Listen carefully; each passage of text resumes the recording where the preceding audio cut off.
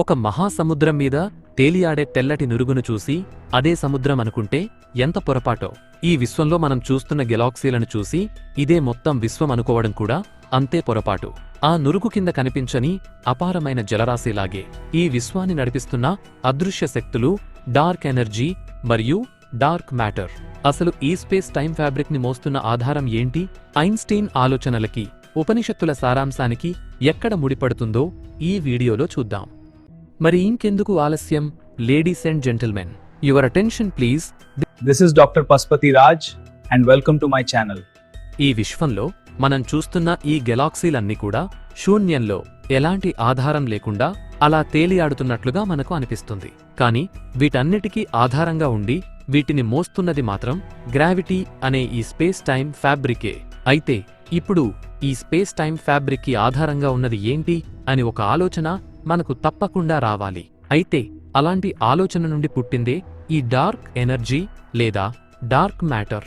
అంటే ఈ విశ్వంలో ఉన్న గెలాక్సీలన్నీ కూడా ఈ శూన్యంలో ఎలాంటి ఆధారం లేకుండా అలా తేలియాడుతూ ఉన్నాయని వాటిని చూసినప్పుడు మనకు అనిపిస్తుంది. కానీ అవి అలా నిజంగా ఏ ఆధారం లేకుండా లేవు అని, మన కంటికి కనిపించని ఒక ఫ్యాబ్రిక్ వాటిని మోస్తుంది అని ఐన్స్టీన్ కనిపెట్టాడు. దీన్నే స్పేస్ టైం ఫ్యాబ్రిక్ అంటారని మనందరికీ తెలుసు.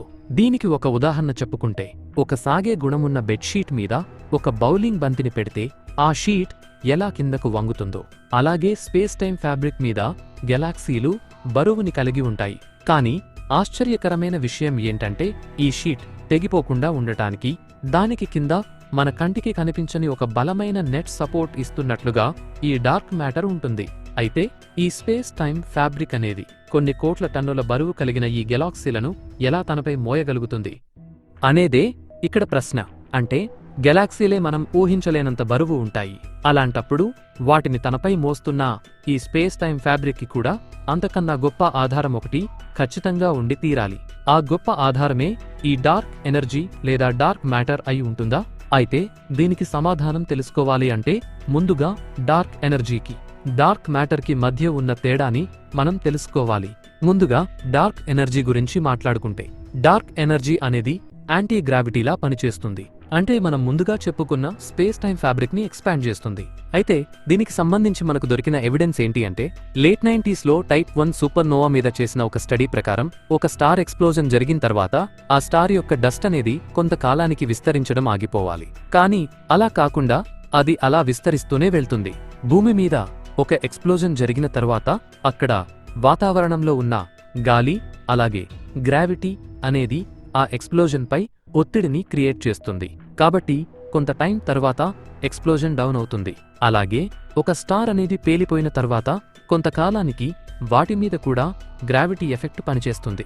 దానివల్ల వాటి యొక్క స్టార్ డస్ట్ అనేది ఒక దగ్గర ఆగిపోవాలి.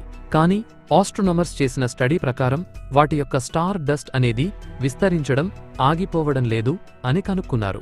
దీన్ని బట్టి స్పేస్ టైం ఫ్యాబ్రిక్ అనేది ఎక్స్పాండ్ అవుతుంది అని కనుక్కున్నారు. అలాగే హబుల్ చేసిన స్టడీలో కూడా ఈ స్పేస్ టైం ఫ్యాబ్రిక్ మీద ఉన్న గెలాక్సీలన్నీ కూడా గ్రావిటీ ఎక్స్పాన్షన్ వల్ల అవి కూడా దూరంగా ప్రయాణిస్తున్నాయని కనుక్కున్నాడు. అంటే బిగ్ బ్యాంగ్ కూడా ఒక ఎక్స్ప్లోజనే. కాబట్టి బిగ్ బ్యాంగ్ లో వెలువడిన ఎనర్జీ కూడా ఒక దగ్గర ఆగిపోవాలి. కానీ ఇప్పటికీ అది ఆగకుండా ముందుకు ఎక్స్పాండ్ అవుతూనే ఉంది. అంటే డార్క్ ఎనర్జీ అనేది ఈ స్పేస్ టైం ఫ్యాబ్రిక్ ని ఇంకా ఎక్స్పాండ్ చేస్తూనే ఉంది. అంటే విశ్వంలో ఒక పెద్ద టగ్ ఆఫ్ వార్ జరుగుతోంది. గ్రావిటీ అనేది గెలాక్సీలను దగ్గరకు లాగాలని చూస్తుంటే, డార్క్ ఎనర్జీ మాత్రం వాటిని దూరంగా నెట్టాలని చూస్తోంది. బిగ్ బాంగ్ జరిగిన మొదట్లో గ్రావిటీ బలంగా ఉండేది. కానీ సుమారు 5 నుంచి 6 బిలియన్ల సంవత్సరాల క్రితం నుండి డార్క్ ఎనర్జీ పైచేయి సాధించి విశ్వాన్ని గతంలో కంటే వేగంగా విస్తరిస్తోంది. ఇప్పుడు డార్క్ మ్యాటర్ గురించి మాట్లాడుకుంటే, డార్క్ మ్యాటర్ అనేది స్పేస్ ని బెండ్ చేస్తుంది. అంటే ఎలా అయితే మన సూర్యుడు స్పేస్ టైం ఫ్యాబ్రిక్ ని బెండ్ చేస్తాడో, డార్క్ మ్యాటర్ కూడా ఈ స్పేస్ టైం ఫ్యాబ్రిక్ ని బెండ్ చేస్తుంది. ఇది కూడా గెలాక్సీలలాగే బరువైన ఆబ్జెక్టే. కాకపోతే దీనిని మనం చూడలేము, ఎందుకంటే ఇది లైట్ తో ఇంటరాక్ట్ అవ్వడం లేదు. వేరా రూబెన్ చేసిన స్టడీ ప్రకారం ఒక గెలాక్సీ చివరి భాగంలో ఉన్న స్టార్స్ కూడా గెలాక్సీ మధ్యలో ఉన్న స్టార్స్ ఎంత వేగంగా తిరుగుతాయో అంతే వేగంగా తిరుగుతున్నాయి. అంటే అక్కడ ఏదో ఒక కనిపించని మ్యాటర్ స్పేస్ని బెండ్ చేస్తోంది. అదే డార్క్ మ్యాటర్. సరళంగా చెప్పాలంటే డార్క్ మ్యాటర్ అనేది ఒక కాస్మిక్ గ్లూ లాంటిది. గెలాక్సీలు బయటకు విసిరిపోకుండా ఒక కట్టగా పట్టి ఉంచుతుంది. ఇక గ్రావిటేషనల్ లెన్సింగ్ ద్వారా, బుల్లెట్ క్లస్టర్ ద్వారా డార్క్ మ్యాటర్ అనేది విజిబుల్ మ్యాటర్తో ఇంటరాక్ట్ అవ్వదని కూడా కనుక్కున్నారు. ఈ విశ్వంలో మనం చూస్తున్న ప్రతిదీ కలిపి కేవలం 5% మాత్రమే. మిగిలిన 27% dark matter, 68% dark energy. Science versus Vedas. Science అడిగే మొదటి ప్రశ్న, ఇది ఎలా పనిచేస్తుంది? వేదాలు అడిగే మొదటి ప్రశ్న, ఇది ఎందుకు ఉంది? ఇదే ఈ రెండింటి మధ్య ఉన్న అసలు తేడా. సైన్స్ చూపించే విశ్వం ప్రకారం ఈ విశ్వం స్పేస్ టైం అనే ఒక ఫ్యాబ్రిక్ మీద నిలబడి ఉంది.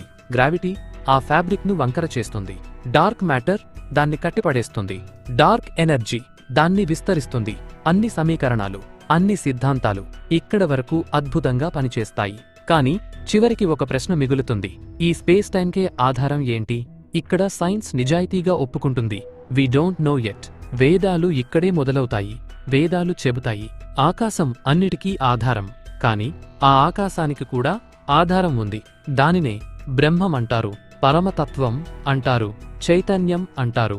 అది మ్యాటర్ కాదు, ఎనర్జీ కాదు, స్పేస్ కూడా కాదు. కానీ మ్యాటర్, ఎనర్జీ, స్పేస్ అన్నీ దాని లోపలే ఉన్నాయి. ఉపనిషత్తులు బ్రహ్మం గురించి ఇలా చెబుతాయి, యతో వా ఇమాని భూతాని జాయంతే ఏం జాతాని జీవంతి యత్ ప్రయంత్యభి సంవిశంతి తద్బ్రహ్మ. దీని అర్థం, ఏది నుంచి ఈ జగత్తు పుడుతుందో, ఏది వల్ల జీవిస్తుందో, చివరికి ఏదిలో లీనమవుతుందో అదే బ్రహ్మం. సైన్స్ పుట్టుకను చూస్తుంది, వేదాలు మూలాన్ని చూపిస్తాయి. సైన్స్ ప్రకారం ఖాళీగా కనిపించే వాక్యూమ్ కూడా ఎనర్జీతో నిండి ఉంటుంది. వేదాలు చెబుతాయి, శూన్యం అంటే ఖాళీ కాదు, అది అపారమైన సంభావ్యత. ఈశావాస్య ఉపనిషత్తు చెబుతుంది, పూర్ణమదః పూర్ణమిదం పూర్ణాత్ పూర్ణముదచ్యతే. దీని అర్థం, అది సంపూర్ణం, ఇది కూడా సంపూర్ణమే.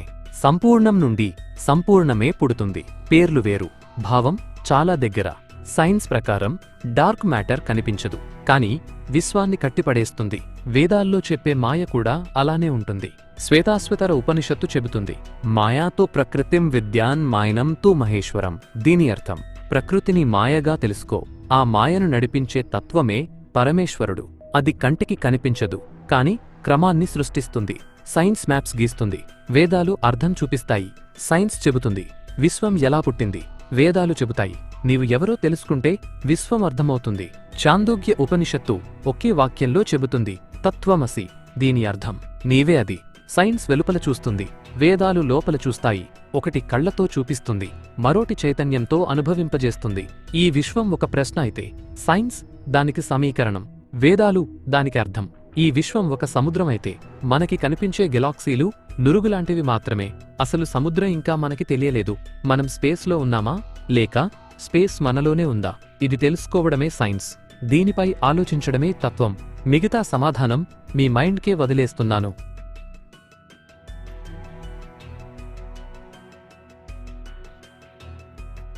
ఈ టాపిక్ మీద మీ అభిప్రాయాలను కింద కామెంట్స్ రూపంలో షేర్ చేసుకోండి. మీకు నా వీడియో అండ్ నా ఎక్స్ప్లనేషన్ నచ్చినట్లయితే ప్లీజ్ లైక్ అండ్ షేర్. రెగ్యులర్గా నా వీడియో అప్డేట్స్ కావాలనుకుంటే మాత్రం తప్పకుండా నా యూట్యూబ్ ఛానల్ని సబ్స్క్రైబ్ చేసుకోవడం మాత్రం మర్చిపోకండి.